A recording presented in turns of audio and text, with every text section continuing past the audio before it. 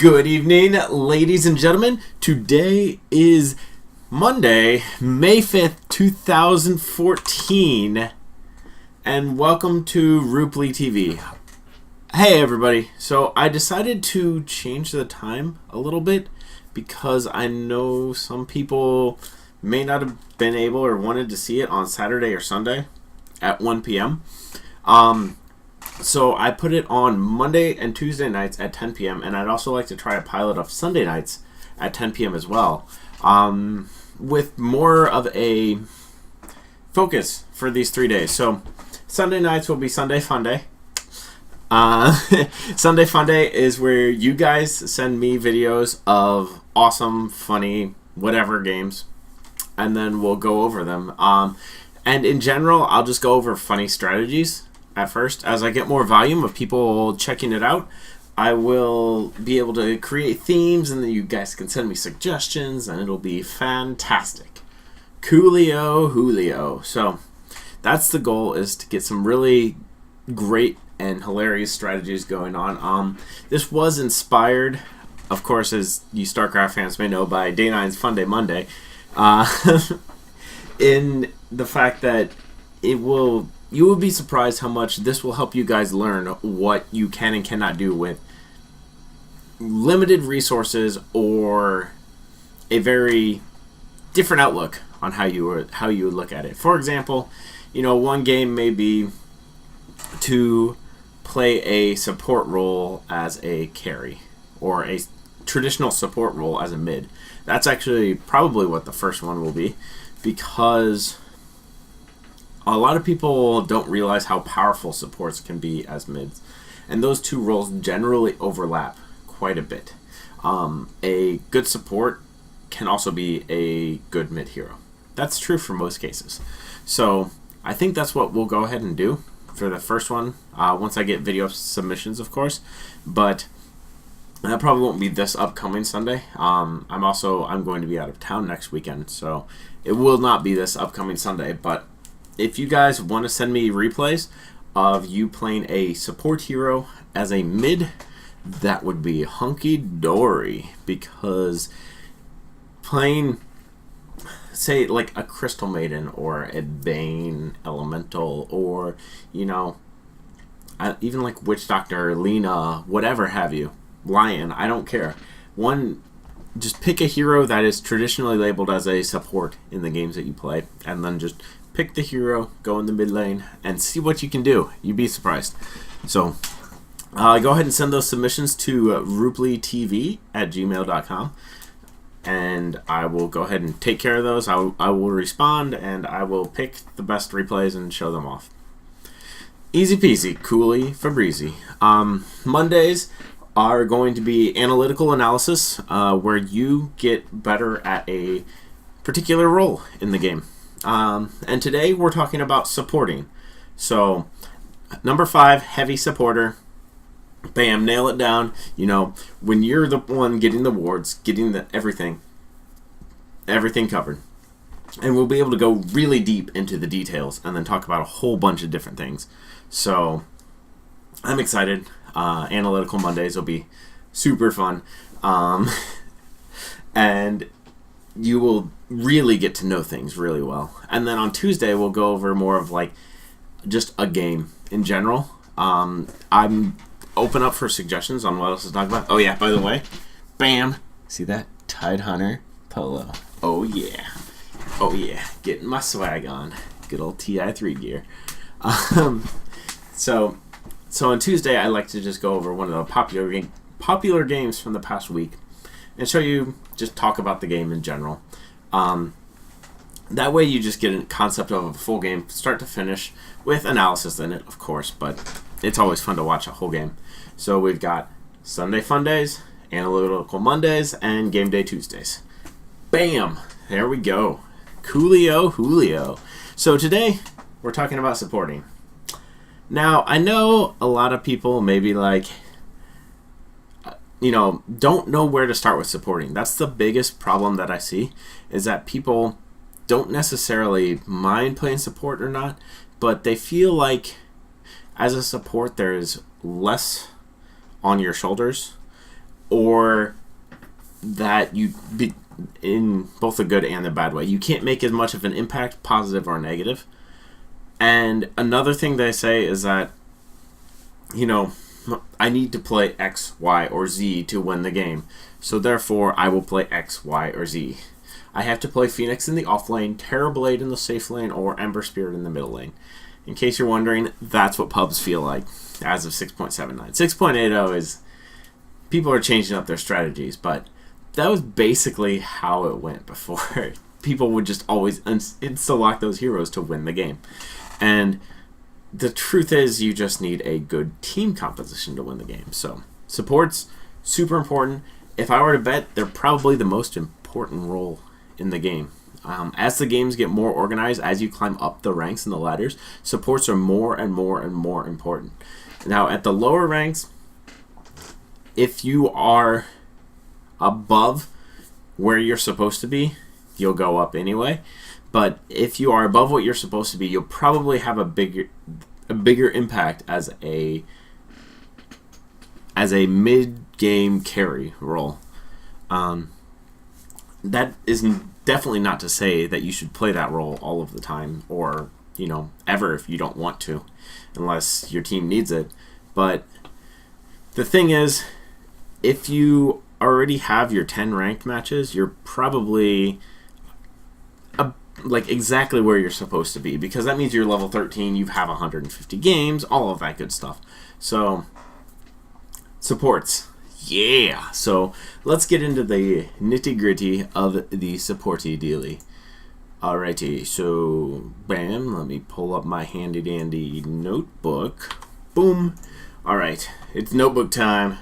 So, we're just going to write down and talk about a few things that you can do as a support, and a few things you should pay attention to as a support. First one is obviously your starting items. Actually, even before that, choosing the right hero. So, choosing the right hero. What I can say about choosing the right hero is pick something that's comfortable to you. And in general, you're probably going to have to pick something that is pretty versatile as a support. So, good support to start off with if you haven't really supported at all. The number one I can recommend is Lich, because he is super straightforward. All you have to do is get your sacrifice at level 1, sacrifice your own creep outside of the enemy experience range, you'll gain experience, you'll deny their experience, and you'll be able to keep the lane back and safe for your carry. So, like, that is all super positive, and you don't even have to know anything else besides I should sacrifice my creeps away from the enemy as much as I can, because it will naturally win you the lane. And then you just get Nova from there. Max out Nova first, but that is a very good hero to start off with as a support if you haven't played support ever before. Other than that, I suggest trying the heroes and finding the supports that you like the most. My favorite support is Rubik. I really, really, really love supporting as Rubik. It's just a lot of fun to me, and he is extremely versatile. So that's why I like Rubik. I mean, he can do like everything, and plus, there's nothing more gratifying than stealing somebody's black hole and then making it 10 times better than what they did. So, personal thing of mine. Love Rubik. Silencer. I actually like to play Silencer as a hard support a lot. And the one thing I do like about playing Silencer support is it teaches me some good support mannerisms. Now, Silencer does not have any disables or slows, so he's not the best support, but the fact that I get 2 intelligence every time I kill somebody forces me to be at the action all the time, which is where support should be. So, find the heroes, just play some support heroes until you find what you like. You know, your Lenas, your Banes, your Lions, your Keepers of the Light, your Crystal Maidens, whatever. Find stuff that you like and just play them.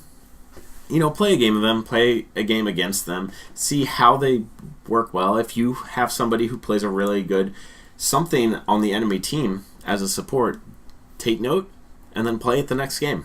That's the best way to learn, is to take your opponent's knowledge and then transfer that immediately into the next game.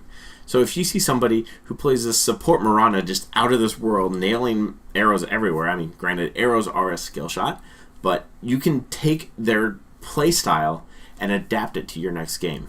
And now, even if you don't play the hero, you should be taking their play style and adapting it, seeing what went good for them, what went bad for them, as well as yourself. So, yeah, choosing the hero. It will take some time until you find a good set of supports that you like to play. And that's why I said in the meantime, try and find like 1 or 2 that you're really comfortable with and you can just play every time. And if you're not comfortable with any, play Lich a couple of games, because it is astonishing how powerful he is in lane. And you don't really need to even worry about much. Julio. I've said that a couple times already.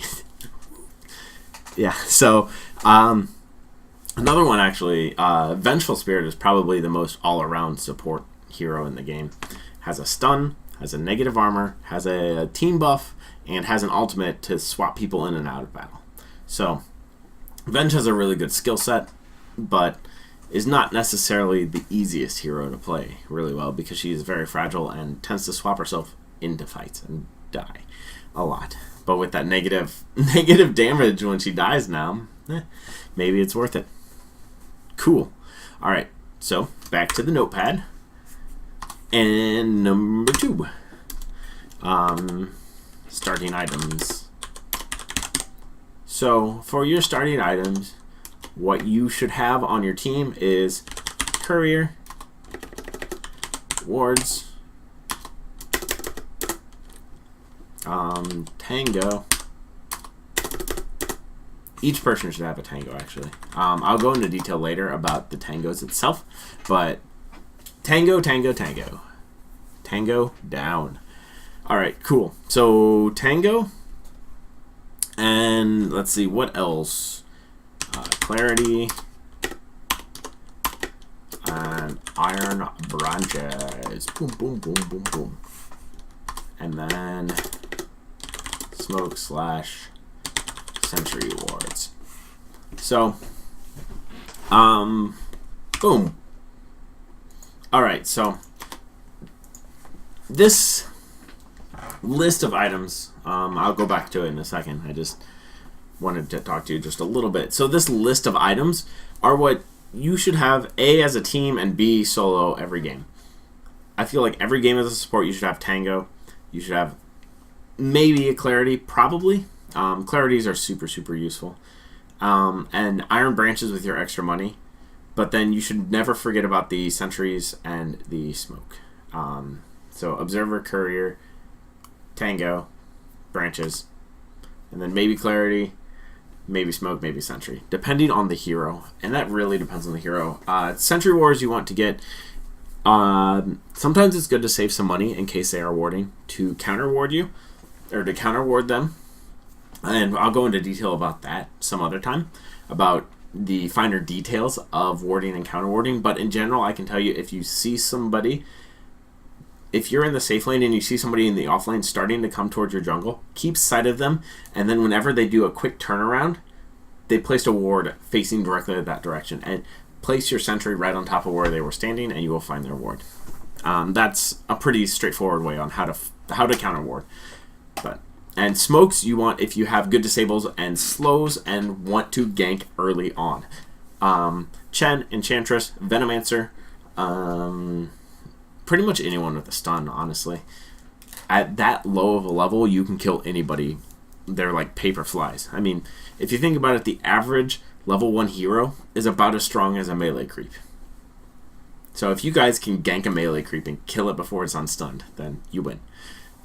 That's about as hard as it is to kill a hero at level 1. So, sweet. Go back to that list so you guys can soak it in. Courier, Wards, Tango, Clarity, Branches, Smoke, and Sentry. So, general idea of starting items. Cool. Alright, so next we will talk about other things as we get into a game. I do have a game with IG's Faith that I would love to talk about and just go over, but that will be in just a bit more. I just want to lay out some more of the starting grounds on what to do as a support. So, flexibility. This one, I can't even spell, but that's okay. Is that right? Flexibility? Yeah, sure, it looks good. So, flexibility. One thing I can say about flexibility is a support is the least defined role in Dota. The carry is the most defined role, meaning if somebody has good mechanics but doesn't know about Dota, they can be a good carry, because all you need to do as a carry is find the most farm as humanly possible and die the least as few times as possible. In a nutshell, that's how you play carry. I just explained pretty much everything to play carry in one sentence. Get the most farm as possible while dying the fewest times as possible.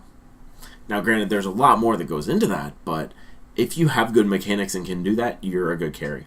And then mid lane is, pretty it's kind of like a flow of what you have to do. You have to get a ton of farm. You also have to get your runes. If you get a good rune, gank a lane, TP back, and farm some more. Basic general idea. Off lane is stay alive, try to get experience. If you're getting last hits too, you're a baller. And then use your level 6, because usually at level 6 you have a really good spell. Use your big spell to go and help out the other lanes and increase the momentum.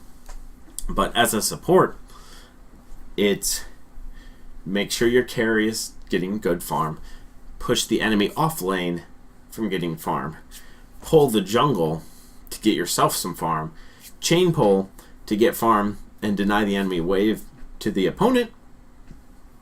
Did I already say gank mid? Gank mid, get some kills. Gank the safe lane, get some more kills.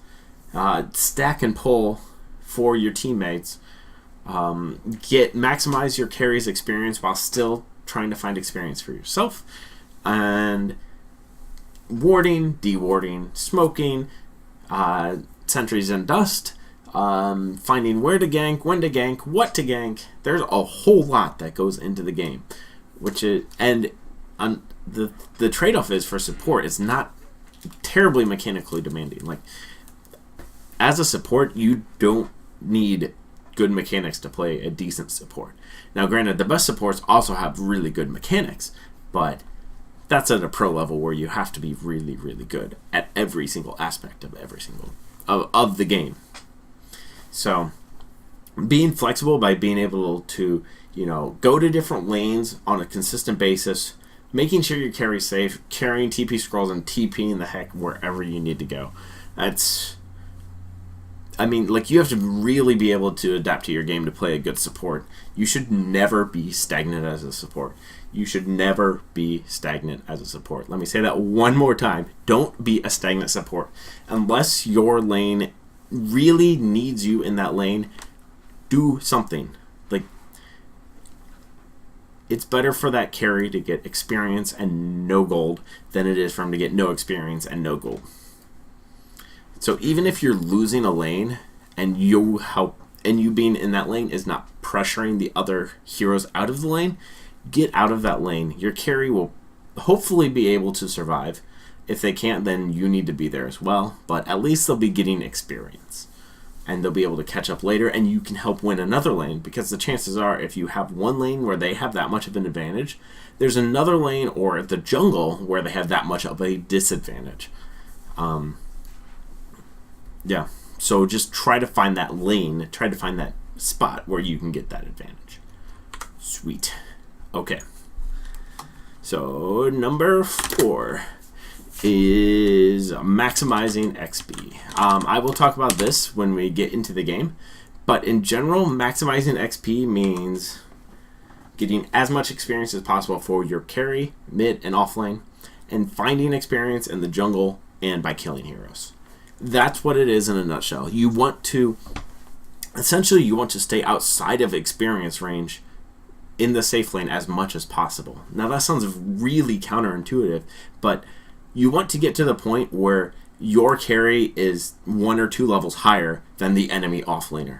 And once that happens, you are free to go anywhere on the map. And you can go in the jungle, you can go in the mid, wherever. And your carry, since he's out-leveled the opponent, he will have an advantage inherently. And then he will snowball and win.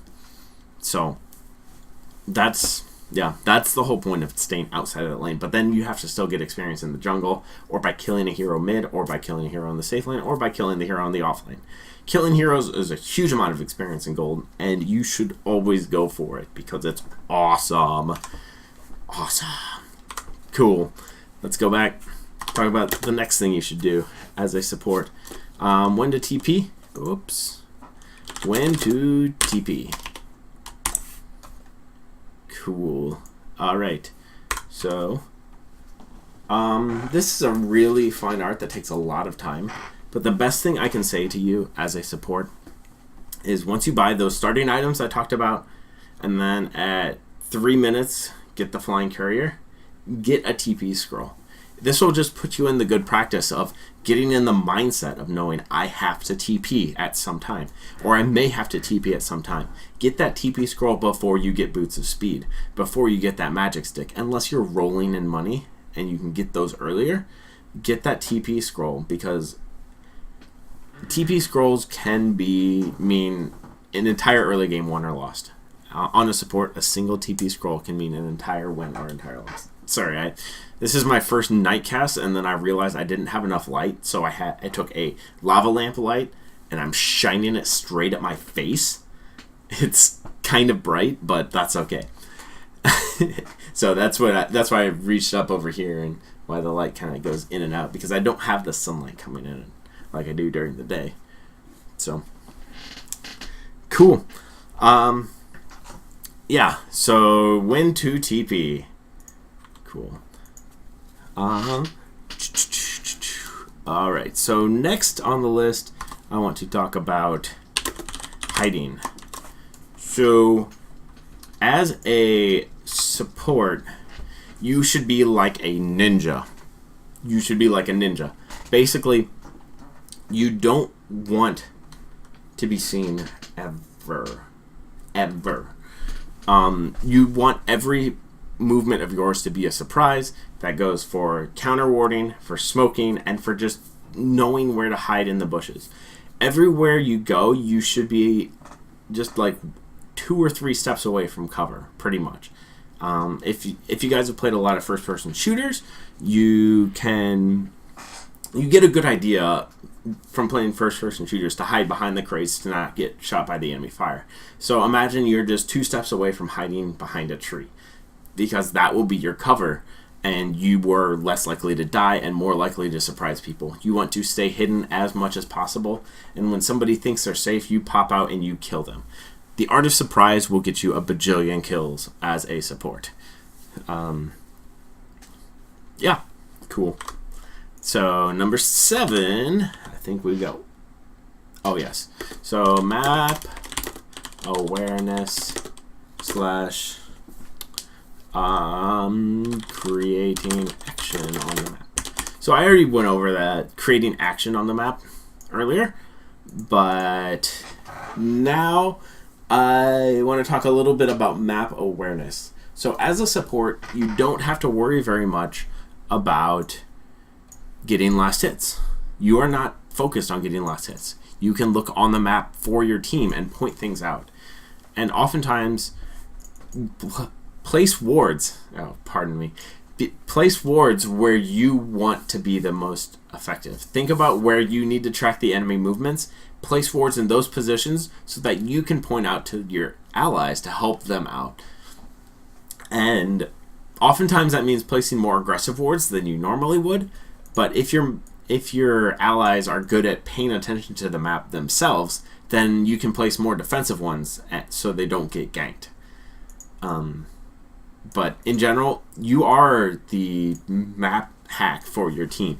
You place the wards to see specific points on the map, and you should be pointing out certain things that are happening. Since you don't have to worry about the last hits, you only have to worry about a set number of mechanical things. You have more time you can devote to the map to see when people are moving and where they're moving. Like, you can watch people and see what's going on and help out your teammates insanely well. Just by you pointing out that the mid lane is up at the top lane and has an invis rune and they're Pudge and they're level 6, you can say, hey, get back top lane, hide behind your tower, and then you'll stay safe. I mean, just noticing that one thing is huge for your team. Huge, huge, huge. So map awareness, boom, boom, boom, bold, bold, bold, underline, all that good stuff. That takes time to get used to, honestly. And it can just be done by first creating vision on your map, on your mini map, and then seeing where the heroes are and are not. If there are heroes missing on the map, always assume that the heroes are in the worst possible position for you, and you will play safe. Like, that's what I go for, is if I see heroes off of the map, I say, what position could they be in that I wouldn't have noticed, and it would be the worst possible thing for me. So that really helps me stay safe in general. But those are the early things. Another thing as a support is knowing when and where to ward. Like I said, we'll talk about that later because that is a completely different topic, and I could talk about it for hours. Honestly, something as simple as warding and counter warding I can talk about for hours as far as how to put it in the right place. But anywho, let's actually watch a game in action to see what's going on. I'm going to actually kick it off in the first-person point of view for Faith. This is from the WPC, I believe. So it is Team IG versus Hyperglory Team, which you might recognize some people on Hyperglory. I recognize ZSMJ, as you may have heard. And then Invictus Gaming is pretty much the same. They don't have Zhao, they have ZG instead. I don't know how to pronounce his name, I apologize. But we will go ahead and watch this game. So, this game, I'm not even going to go over the picks. I will just a little bit, just so you guys get an idea of like what supports work well in certain lineups. So Dazzle and Sand King are the supports right now. Number 4 support and a number 4 or number 5 support, depending, for Dazzle. So that, I mean, these are pretty standard heroes. They can fit into pretty much any lineup. And then Hyperglory picks up an EO, a Wisp, and that usually only goes with a few select number of heroes. Now it's Tiny, Chaos Knight, and Ricky's actually the one that it goes with sometimes, and it's kind of considered cheesy sometimes, as some people would say, but it's not cheese. It's just it's actually a decent and good strategy. It would be, I would say, the third choice for Wisp to team up with would be the Ricky, but Wisp can also team up with Sand King and Darkseer to give crazy amounts of movement speed. Weaver, Dragon Knight, neither one of them are supports, so we don't really care about them right now. Boom. I don't mean that we don't care about them, I just mean that. There we go. So, this is the team. As you can see, Hyperglory is going for big, massive AoE. The Wisp will help Ricky get around and get some kills on the map, and can also do the same thing with Sand King and Darkseer and Queen of Pain. So they have explosive damage, and they can bring 2 players to the map at any time. So that's really where Wisp comes in. And Sand King is just an overall good support. He has a stun. He can farm the jungle. He has a massive AoE ult. He's not ranged, which is the one disadvantage, and why he's a number 4 support. In case you guys don't know, there's a numbering system for supports. There's 1, 2, 3, 4, 5. 4 supports. That just means the farm priority. 1 is usually the safe lane carry. 2 is the mid. 3 is the offlaner. 4 is the support. Used sometimes melee, sometimes ranged. That's really a versatile role. There's so much you can do with the number 4 support. You can pick pretty much any hero and be a number 4 support. Well, not really pretty much any hero, but it has the most doors open as far as what you want to do for support. It really dictates your team's play for that game. And then the number 5 support, which is a support that does really well even if they're starved for levels and items. Like any hero who's able to contribute a lot at a very low level with very few items. That's a number 5 support. Coolio. So here in this game, we actually see a Witch Doctor and a Dazzle as the 2 supports. So this is obviously IG doing something, you know, something interesting. Whoops. Hey, back to me. Okay, back to the game. Cool. I accidentally had something hooked up wrong there. But,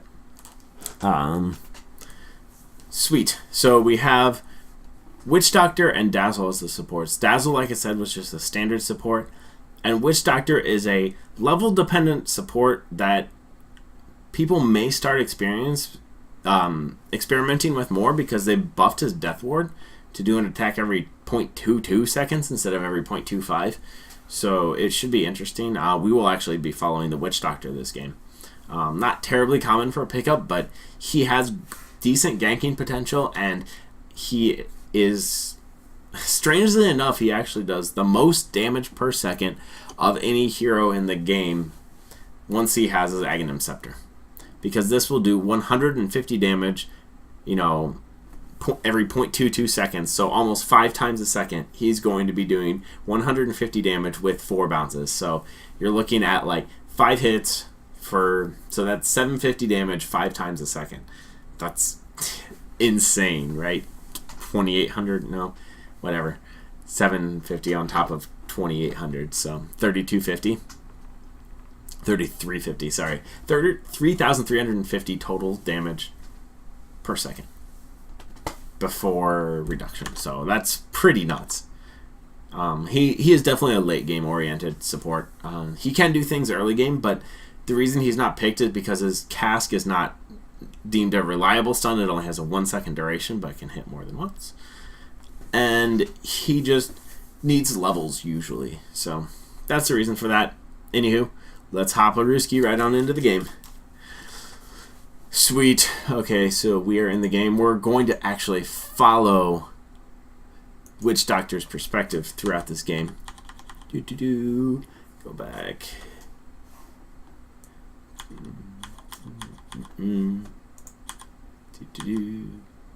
Okay. Oops. I gotta play now. So, cool. And player perspective. Alright, we're good to go. Alright, we are going. We're going. Woo! Awesome. So,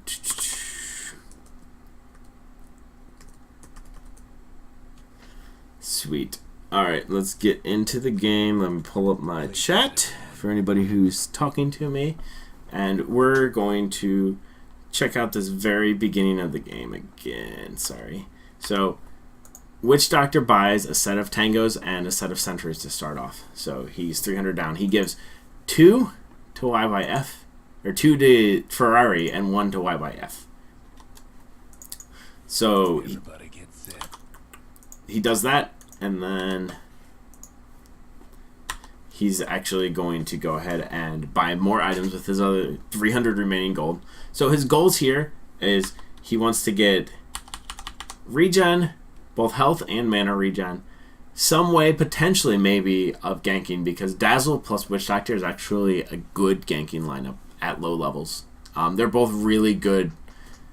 Witch Doctor usually needs somebody else to combo off of, whether it's a lane partner or the Dazzle. So he's good at smokes, but also he will want to get just regen and then stats. So he'll get the traditional Iron Branches. So he goes here. I'm actually have it super slow-mo. Buys 2 Clarities, gets given an Observe Award from Chuan, and he buys 1 branch with his remaining money. So the goal of a support is to spend all of your money and maximize your item slot usage.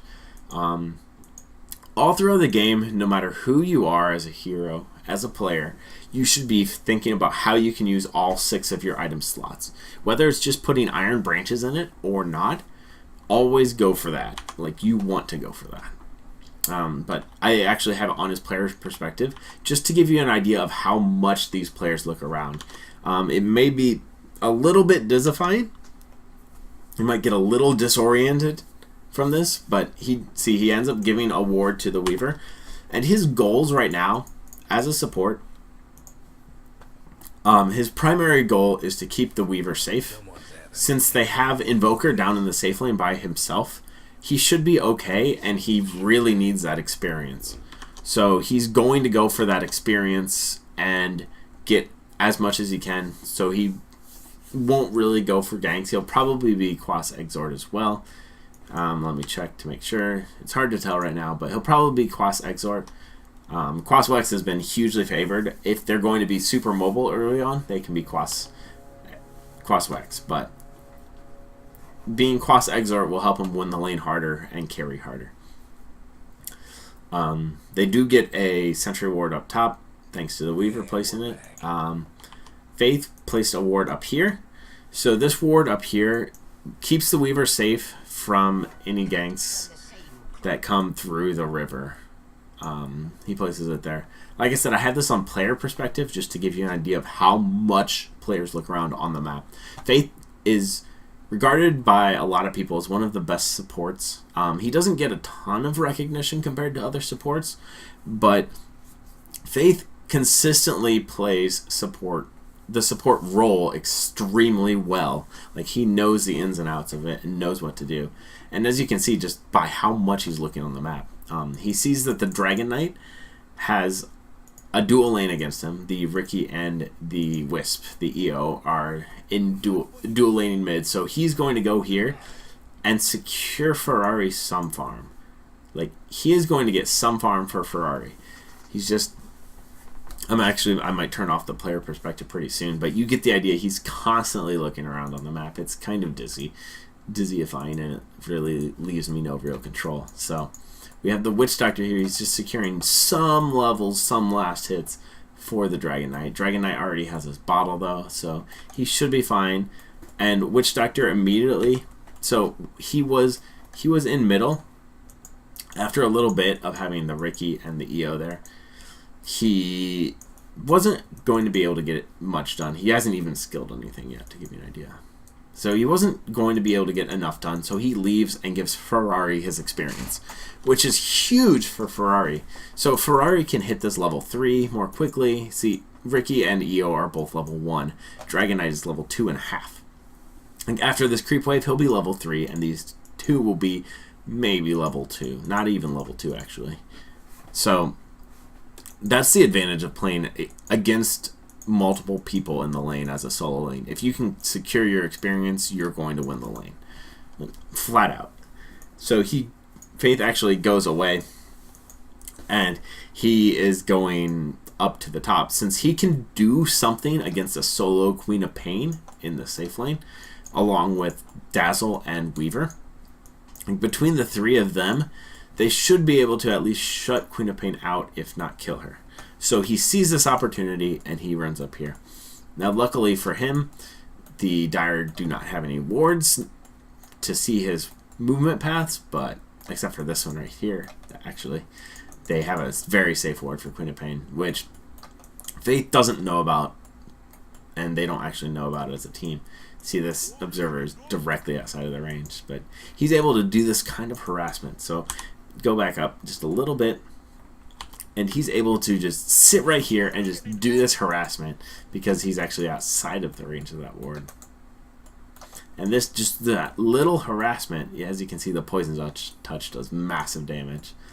That was a mistake by Faith. He didn't mean to catch the creeps, but this is where I really like Faith's decision making.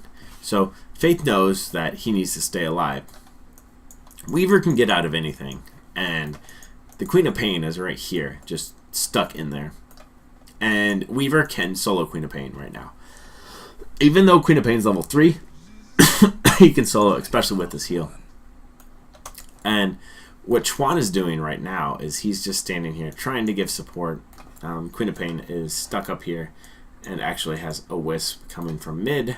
Since Wisp realized the same thing that Witch Doctor realized, Faith realized on the Witch Doctor earlier on, that they weren't going to be able to get much done in the middle lane, he's coming up to the top lane to help out this Queen of Pain and to try and keep her alive. So Invoker does end up going down by himself, but this right here, they're going to try and go on the Weaver, but Queen of Pain didn't have much health. And then Faith is just right here. So Faith, what he did is when he saw the Wisp come in, he wraps around over here so that he has an escape path. So right in this position right here, he can help out the Weaver and attack the Queen of Pain and the Wisp from down here because of the vision that the Weaver gives. If the Weaver is to die, then the vision's gone, and he can just escape down this way. So, like, he can escape down this path right here. No problemo. See, there's nothing stopping him from escaping all the way down that way. And Queen of Pain can blink, yes, but chances are, since Queen of Pain already has such little health, they're not going to be able to get a double kill off of this. 2 full health heroes against no health and a full health. This probably means Queen of Pain will die. But he sits right down here. One of the reasons Witch Doctor's Paralyzing Cask is so good against Wisp, because you have to be within bounce range if you're in tether range. So you can actually just bounce back and forth all day. So he goes to sit down here to remain safe, and he's also protected by the trees. Queen of Pain dies early on, but Witch Doctor is able to just sit back here. He's got 600 range and a great attack animation. So he's just maximizing that and just going, trying to get this kill. Does not overcommit right here. See, he sees that Wisp cannot be found. So he's like, Weaver will go ahead and get the kill. But what he does right here is awesome. So Witch Doctor won't be able to help out in this kill. Weaver has this kill. But one of the things I went back to, and we're actually going to go back to it, is right here, maximizing experience. Whenever there is a hero that is going to die, you always want to be in experience range if you can. So the experience range is 1300 normally, and you want to be within that range so that you get credit for the golden experience.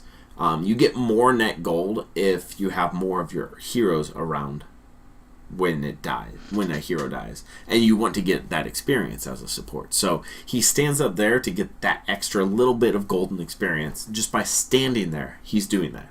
So really smart play by Faith to just know when he can get away with this. Well, unfortunately for him, there's actually a Queen of Pain teleporting in, but had that not been a Queen of Pain teleporting in, he would just be able to get this experience super free. See, he's just standing right there. Bam, 149 gold. We can actually go back and see how much experience that was too, just to give you an idea how important this is. So he's 225 out of 300. Bam, he got 180 experience for that, which is like half of a level. So he did end up dying, but he got half of a level just from that one hero kill. Huge, huge, huge, huge, huge. So right here, one thing I want to point out is that Weaver is, he might have a chance to save Weaver. This goes back to another point that I was talking about earlier, knowing when to TP. So I just want to point out that knowing when to TP is flexibility. He's already been in the mid lane and the top lane twice, and in their jungle. So he is just going around trying to figure out where he is the best suited for this game. He TP's in. I'm going to show you why he TP's in and what happened after he TP'd in. So if we go back, we can actually see he was... Okay, so we're going to actually watch him, and he is looking up here. So if you look, the Weaver has like full health, I guess half health now, and then he just knee-jerk reaction teleports. He's going to want to be up there anyway, so he doesn't cancel, but he tries to get that one stun off to stop Weaver from dying and does not get it. So actually Shadow Strike got a buff recently, so it does a lot of damage, and it has a really short cooldown. There's a 4-second cooldown at level 4, but as you can see, they actually have 3 heroes up here, which says, hey, we need to make something happen. And they tried to get a good chunk of damage on it with the heal, but the heal was just off. Blinked away too early. Queen of Pain is just able to sit here and get experience without fear of dying because of Blink and because they don't know where she's at. And Faith is attacking this catapult because they want to push the lane. They have 3 heroes here, and 2 of them have AoE heals. So they just want to push this lane. And that's what they're trying to do. Trying to keep their mana high and push this lane in general. So, oh, forgot one thing. So they're doing this, but like I said, they're always looking around the map.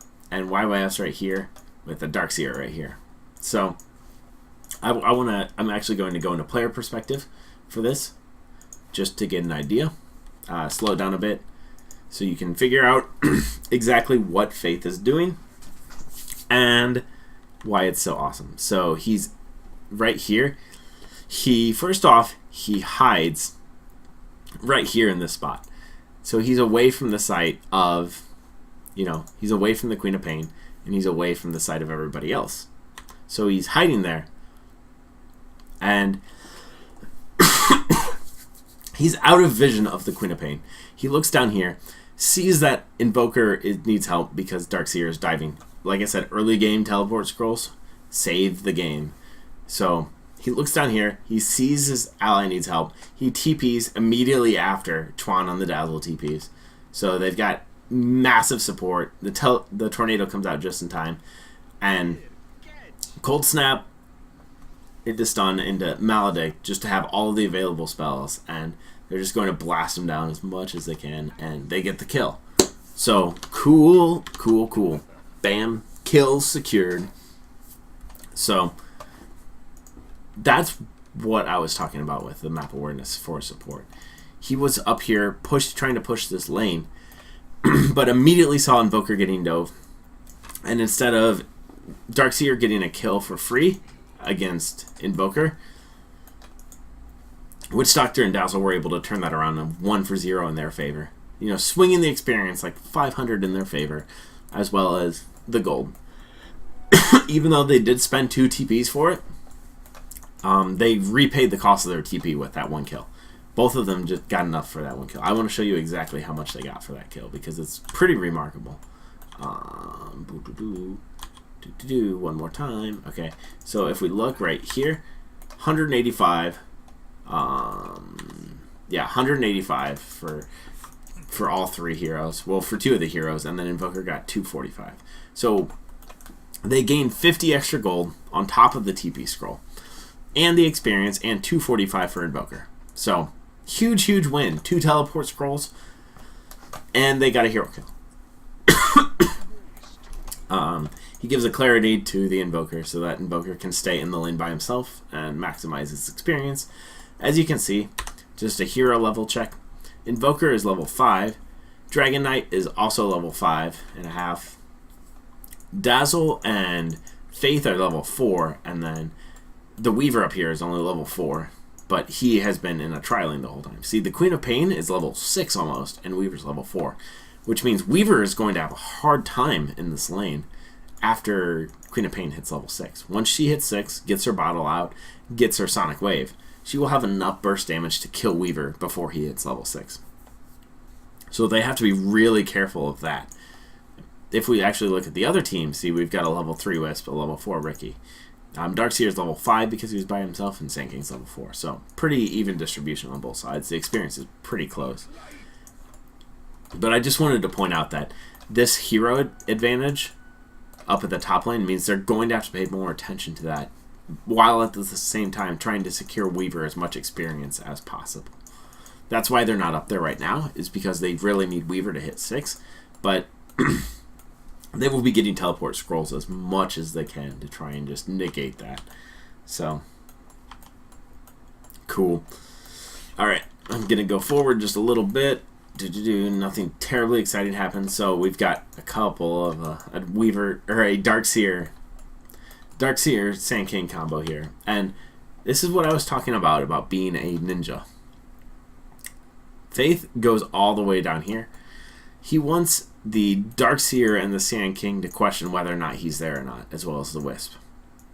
He wants them to question whether he's here. They have no vision of him. They don't have any vision of Invoker, but they assume Invoker is going to stay in the lane and get the farm. It's pretty safe to assume at the pro level that this core is going to stay in the lane, this core is going to stay in the lane, and this core is going to stay in the lane. Just to maximize the experience on the team, those 3 are going to stay in the lane, and the other 2 are not. Now, the mid hero will gank from time to time, but it's important to know that every time as a mid hero you gank, you should TP one of the 2 directions. You should either TP to the tower for a counter gank, so TP out of their vision to the tower, or up if they're going aggressive for a counter gank, or go run up, get a rune, get a kill, and then after you get your kill, buy your TP scroll right here, and then TP back to middle, so you lose as little experience as possible. So in general, it's safe to assume that the cores are going to try to stay in their lanes, and the supports are going to try to move around a lot. And that goes for every level of play. By maximizing your experience on the team like that, you can get secure more experience and secure the win. So this sentry right here is just because once Ricky hits level 6, which he's really, really close to level 6. So he's level 5 right now. Once Ricky hits level 6, an unfortunate gank can kill them. Also, Sand King has Sandstorm, so it's not completely wasted either way. This also prevents any counter wards because they're very aggressive down in this lane, and he wants to make sure that they don't have vision. They instead actually put their vision right up here, but if they would have put it down here, they'd be able to track both of these heroes' movements, and this just secures them the ability to be safe from any wards back here, so they don't know where, like, HGT does not know if these two heroes are over here, oh, excuse me, or back here, because they don't have any vision of this area. They could have both walked back and nobody would know, but the Darkseer is still here because he wants to get his experience as well. Cool. So Darkseer goes and he goes to creep block because he thinks it's probably just Invoker here. But this is actually a double deception. So he does this because he wants them to think that he's the only one here. Pulls out the Invoker as well as the Witch Doctor to go for it. But it's actually a trap where they have the Wisp and the Sand King here as well. And the Wisp and the Sand King here are going to be able to go and just counter gank this. So Darkseer goes, he probably would have died there, but the Sand King and the Wisp, along with the Surge, just gives them a crazy amount of burst damage potential and a crazy amount of just killing potential in general with the Ion Shell, the Surge, and the burst of speed from EO. Also with a bottle to keep everybody healed up. Just means they can dive the tower like that for free. So it was actually like a really well pulled off fake by HGT because IG didn't know where the Wisp and the Sand King were, and they were in fact both right there. Not terribly expected, but that's okay. So right here, Witch Doctor ran up to the lane, get back into the game. Faith ran back into the lane for two reasons. First off, he doesn't have enough money for a TP, but secondly, he didn't need to TP to the lane because there are already two heroes here, and he just didn't need to get to the lane that much faster. Their plan right here is to just push this lane down. Since it's a solo Ricky by himself, YYF is getting shut down in this lane pretty hard by these three heroes, which means they know there's one hero up here and one hero right here. As we can see, Queen of Pain's level 7.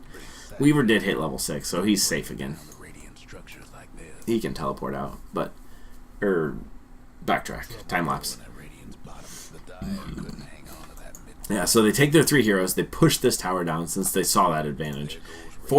This forces Wisp to go away. Unfortunately for IG, they also lost the safe lane tower, which is more important. But they were able to get a tower in exchange because they were not able to contest that the Wisp, Sand King, Darkseer trio. So they just go ahead and take an advantage elsewhere. So Witch Doctor ends up walking away. He grabs another TP scroll. So he has a TP scroll. Also, what I want to point out is that Witch Doctor was right here. And then once these creeps get close to vision range, so once they get close to the 800 vision range, which is a little more than a tower, he backs up right here. He wants to be as close to protect YYF as possible without actually being seen. So he's just hiding back here, just waiting for them to gank. As you can see, Sand King is right here. He's stacking the enemy jungle to farm it, and just farming the Sandstorm. but they don't see a gank incoming, so Witch Doctor is going to go ahead and just move around. And he's just, look, he's just sitting right here, right outside of the vision. And from that, he's going to just keep YYF safe enough to farm. It may look like he's doing nothing right now, but he's actually just guarding YYF and making sure he secures as many last hits as possible. Now they do find Sand King in the jungle and chase him out, which means oh, excuse me. So that means that since Sand King ran away like that, that he did not have any backup here. So they know that their jungle is fairly safe, which means that, you know, Weaver might not be fairly safe. Ricky is actually up top hunting down the Weaver. So they can tell that, and this lets Witch Doctor run through the jungle safely because there's no real threat there. He's going to try and get his level 6, so they're actually moving Dragon Knight down bottom because he's really good at pushing towers with his ultimate to get that tier 1 down at the bottom pushed, and they're going to stick Chuan with him to get that pushed. Meanwhile, YYF will be able to farm in the middle with the Sentry Ward to prevent Ricky. So once Ricky hits level 6, and this goes for any Invis hero, once an Invis hero hits level 6, you have to have protective Sentry Wards. Like, you have to. Nyx Assassin, Ricky, and just other heroes who are always Invis. Bounty Hunter, for example, as well. You have to have these protective wards to lane safely against them. So Ricky does jump on the Weaver, but Weaver is able to bounce away. The early mechanism on Darkseer does really help out for this push. The stun is able to keep them at bay a little bit. Darkseer TP's out. You know, Ricky TP's out. They don't really catch anyone. They actually had 4 heroes up here, but they were able to fend it off with 3 heroes. These 2 heroes actually, they both TP bottom to prevent this tower from getting pushed down. So, smart on them. But anyway, Faith is just sitting right back here. He has a smoke. So, this is what I was talking about earlier. Witch Doctor needs levels. The minute he hits level 6, he has his Death Ward. He has enough mana for a Death Ward and an ultimate. So, and then by the time he gets there, he'll be able to pop a little bit of healing. Probably not a Maledict, because he doesn't have enough mana, but that's okay. He has enough for a stun and a Death Ward. With YYF there as well, should be an easy kill. So, they wrap around, and this is, you know, just extreme patience. The Queen of Pain, they know she can blink, so they're actually going to just wrap way behind her. Just keep the Dazzle of the Dragon Knight here, because she thinks she's safe. Tornado, stun, cold snap, and actually just uses a Maledict instead of his ultimate, because the ultimate wouldn't have done much, especially considering they had a bunch of burst damage. The Maledict just secured the kill. Smart use of spells. Generally, you want to try and not overuse your spells. Like, when you see that Lena use her ultimate when the enemy hero has 50 hit points and you're right-clicking it, that stuff can just... That overkill is just a waste of mana and a waste of spells. So, one thing is to just have a smart use of spells. Faith is able to do this, even... He doesn't know that Ricky's here, but he's able to do that because these 3 heroes are right here. And anybody that would dare jump him right now would be able to just get slaughtered by these 3. And he knows his life is not as important as anybody who would jump him. So, like, if the Sand King and the Wisp would jump him with an ult, they would be able to kill both of them and then get, you know, 2 for 1. If the Ricky or the Queen of Pain jumps, they'll be able to kill. So, yeah, he's not worried about that. And they're just going to push down the tower. So the goal of IG as a whole, every time Dragon Knight has his ultimate, they push down a tower. And maybe 2 towers. But Witch Doctor gets mana boots. So one thing I want to enforce here, talk about a little bit, is that Witch Doctor does get mana boots. Because he wants to keep this pressure going. With Dazzle with mana boots and Witch Doctor with mana boots, they can do a lot of work and keep this push going infinitely. The 2 heals of both of those heroes are enough to keep the push going as long as they can possibly go. So they have pretty much infinite pushing potential with that item. Very smart pickup. He does not have a magic stick, which is interesting, but he's not seeing too many spells come close to him, and the mana boots were honestly way more important than that. So as we can see, just take away half the damage on the tower's health just by, you know, just by harassing it that little bit right there. And then they go back to farming. So we've got Invoker down bottom again, Dragon Knight down mid again, and Weaver up top again. I mean, it's like nothing even happened. They're just farming away. Part of the maximizing efficiency. Definitely. So even the supports, they realize that there's not much to do. A couple of heroes TP'd in for this top tower, which they were not able to kill. So they know at least a few heroes are there. And this lets the supports farm. So we have the Faith on the Witch Doctor farming.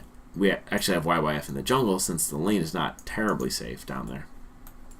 But Faith is able to farm the jungle or maybe, you know, stack the ancients. That kind of thing.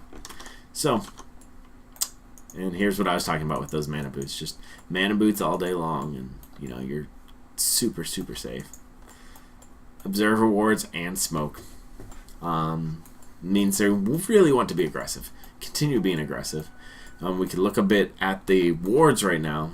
There's not too much to note. They have a ward up here as well as a sentry. But oh yeah. So this Sand King got up here because he's smoked up. Just another emphasis on the importance of smoke. Has a blink dagger, has his ultimate, has an ion shell.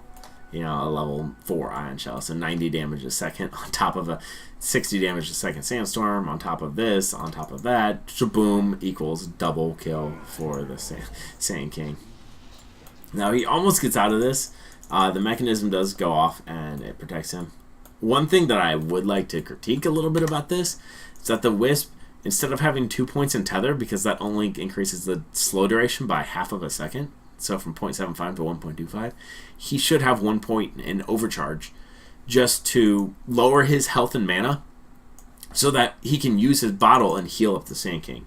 Because if we look, by doing that, the Wisp could have taken an extra 200 damage and be able to heal Sand King up for an extra 300 hit points. And right here, 300 more hit points would be spectacular.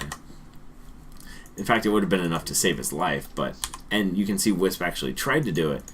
So he was already at full health. He's like trying to get hit in order to heal up the Sand King. But he just already had full health. Didn't get it. So, one thing I would like to critique about that is just that right there. Cool.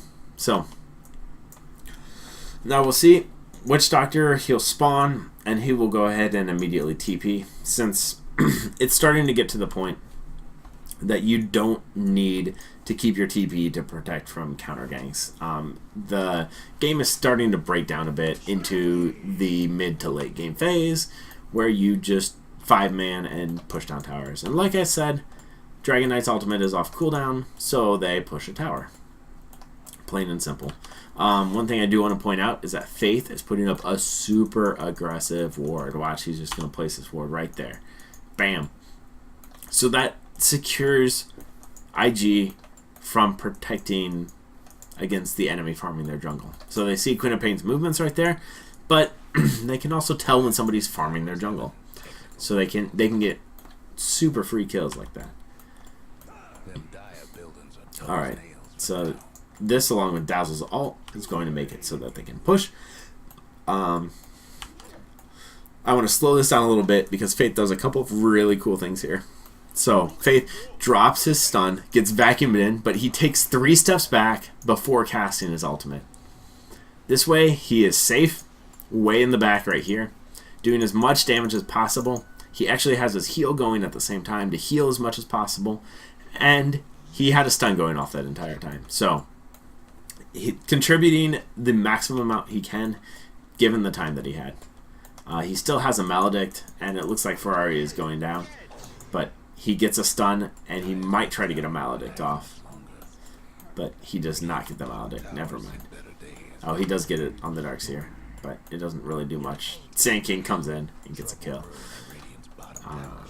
or gets killed, actually. Never mind. He just got killed. The push will continue. They'll be able to get the tier 2. So, 15 minutes in, they already knocked down a lot of towers. Because IG went for a very push-oriented lineup with Dazzle, Witch Doctor, and Dragon Knight. Dragon Knight melts towers, and Dazzle and Witch Doctor keep the push going indefinitely. So, indubitably.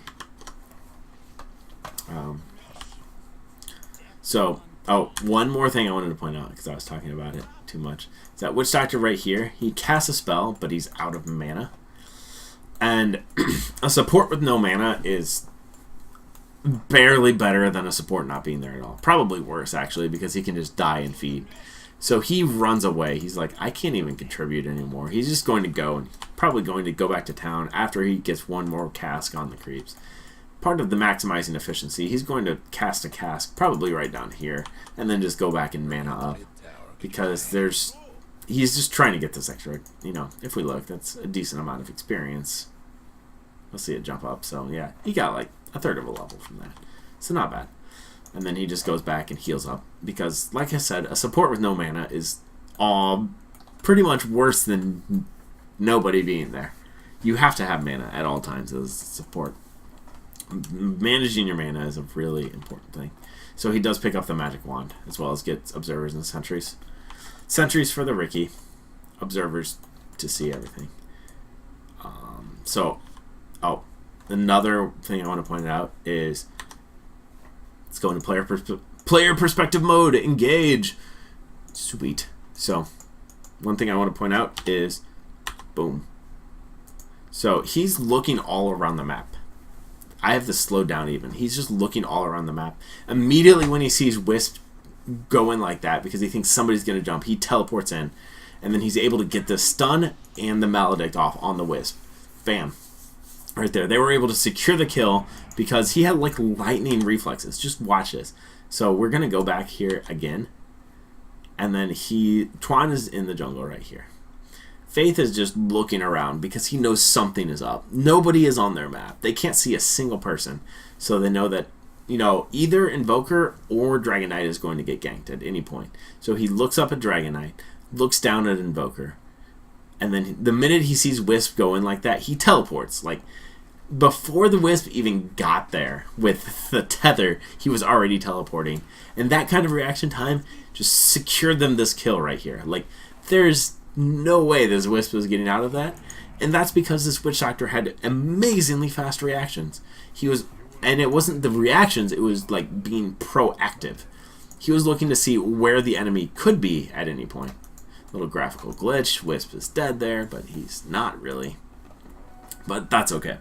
So, at this point, the game kind of devolves into, just whatever, regular gameplay. You're going to 5-man a lot. You're going to just push down the towers. But I just wanted to show you, like, the importance and the activity that supports can do in games. So we're going to speed this up just a little bit. So just farming some more, nothing exciting. I'm actually just going to pause this game and stop it. If you guys want to watch it, I do have the game ID right here, 644-355-879. If you guys are super interested in that, so I will copy that to the notepad. Boom, boom, boom. So, game ID. I will also put this in the YouTube channel.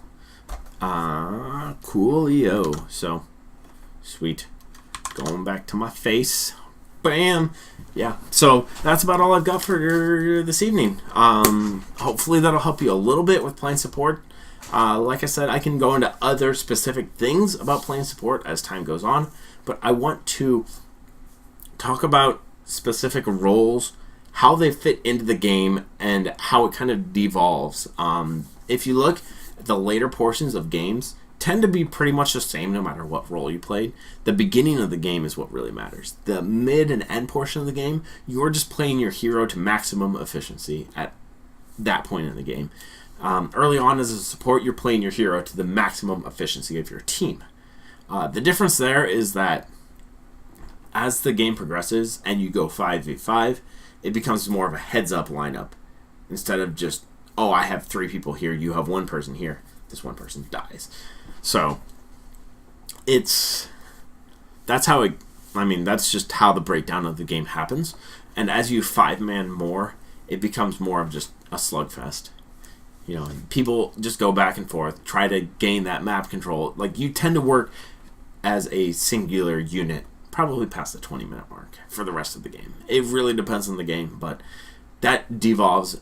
There are still aspects of each specific role. For example, the supports still buy the courier, or the observer wards, the sentries, the gem, the dust, the smokes, that kind of thing. They still buy those, but they're not wandering around like they used to because it's no longer safe. So, yeah, that's why I didn't go through the end of the game, but I did keep the match ID up. So, bam, match ID. The game ID is right there, 644355879. Like I said, it's the WPC. It's on datdota.com. I don't know. Go check it out if you want to watch the game. I can tell you in the end, I could spoil who wins. I mean, you can probably guess who wins by now. But, you know, it was an entertaining game to watch. And definitely, like I said, Faith's support is just on top notch. If there's any pro player that you like to watch, like if you like them as a pro player and you want to be like them, watch some of their games from their perspective. You will be able to catch out the little things like that. A lot of them are harder to catch out if you don't know what's going on. But that's why I'm here. To help you guys out as much as I can. So, yeah. Julio.